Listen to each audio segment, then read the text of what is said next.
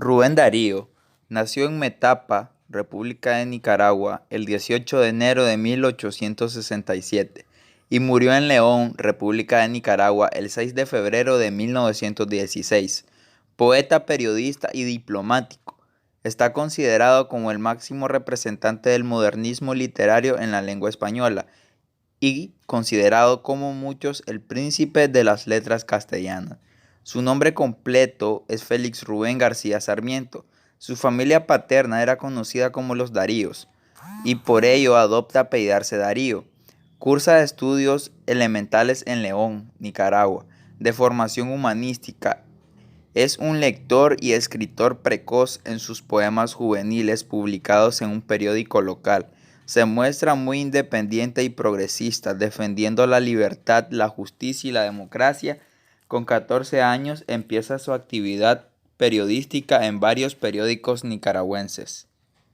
A los 15 años viaja a El Salvador y es acogido bajo la protección del presidente de la República, Rafael Saldívar, a instancias del poeta guatemalteco Joaquín Méndez Bonet, secretario del presidente. En esta época conoce al poeta salvadoreño Francisco Gavidia, gran conocedor de la poesía francesa, bajo cuyos auspicios intentó por primera vez adaptar el verso alejandrino francés a la métrica castellana, rasgo distintivo tanto de la obra de Rubén Darío como de toda la poesía modernista.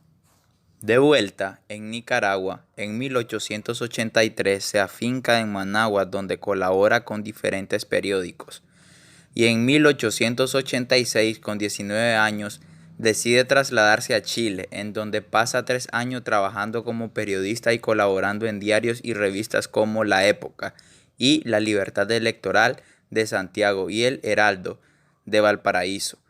Aquí conoce a Pedro Balmaceda Toro, escritor e hijo del presidente del gobierno de Chile, quien lo introduce en los principales círculos literarios, políticos y sociales del país, y le ayuda a publicar su primer libro de poemas Abrojos en 1887, animándole a presentarse a varios certámenes literarios.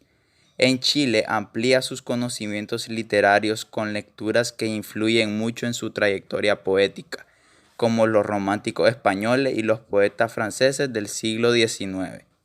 En 1888 publica en Valparaíso el poemario Azul, considerada como el punto de partida del modernismo. Esta fama le permite obtener el puesto de corresponsal del diario La Nación de Buenos Aires. Entre 1889 y 1893 vive en varios países de Centroamérica, ejerciendo como periodista mientras sigue escribiendo poemas.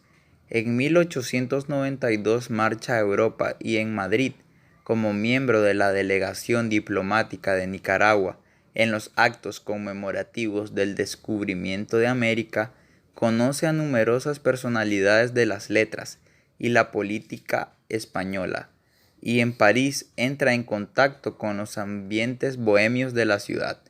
Entre 1893 y 1896 reside en Buenos Aires y ahí publica 2 libros cruciales en su obra, Los raros y Prosas profanas y otros poemas, que supuso la consagración definitiva del modernismo literario en español.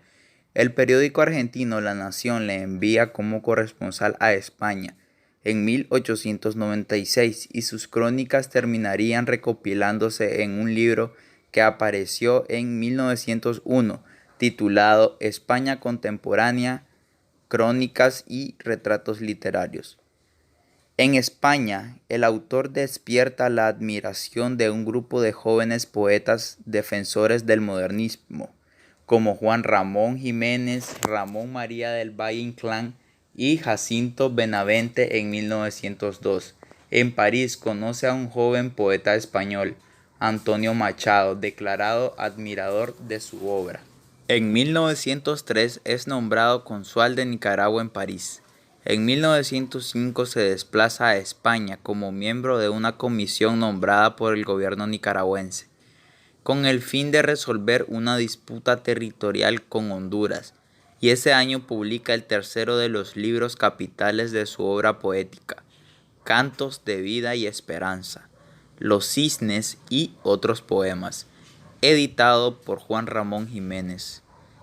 En 1906 participa como secretario de la delegación nicaragüense en la tercera conferencia panamericana que tuvo lugar en Río de Janeiro. Poco después es nombrado ministro residente en Madrid del gobierno nicaragüense de José Santos Zelaya hasta febrero de 1909.